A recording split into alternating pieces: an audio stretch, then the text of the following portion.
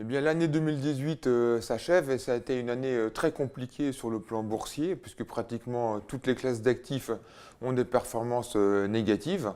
C'est la thématique du ralentissement économique qui domine actuellement, hein, avec des craintes de ralentissement aux États-Unis plus modérées qu'en Europe ou en Chine, avec des tensions au plan international, avec l'histoire de la guerre commerciale, et puis en Europe, une agitation politique qu'on connaît bien.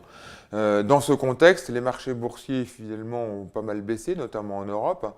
Les taux ont stagné à un niveau très bas. Mais on pense que dans ce contexte, il y aura des opportunités. Les investisseurs américains notamment sont sortis de l'Europe, l'appétit pour le risque est très faible, ce qui fait qu'on retrouve des valorisations qui sont assez intéressantes sur plusieurs plans.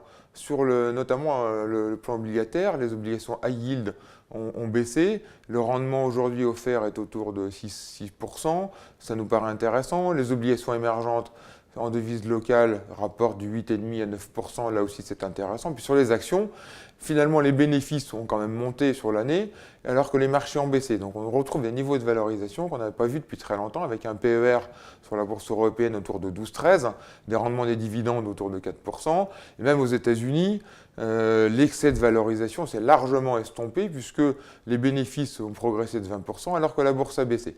Donc dans ce contexte très agité, nous on trouve qu'il y a pas mal d'opportunités sur le high yield, sur les obligations émergentes, sur les actions. Et n'oublions pas que tout n'est pas négatif, puisque ce ralentissement économique maintient les taux d'intérêt à un niveau assez bas. Et en même temps, on a vu le pétrole qui a baissé et qui est aussi à un niveau relativement intéressant pour l'économie. Donc il faut s'attendre à une année beaucoup plus volatile, des marchés plus chahutés. Mais à chaque fois qu'il y a des crises boursières, il y a des opportunités. Et on pense qu'il faut aujourd'hui recommencer à investir sur les classes d'actifs que je viens d'évoquer. Donc on avait commencé il y a un an l'année avec une vision plutôt positive. On était devenu plus prudent au mois de mai. Et là aujourd'hui, on considère qu'il faut à nouveau prendre des risques dans les portefeuilles et se remettre à investir sur les classes d'actifs que je viens d'évoquer.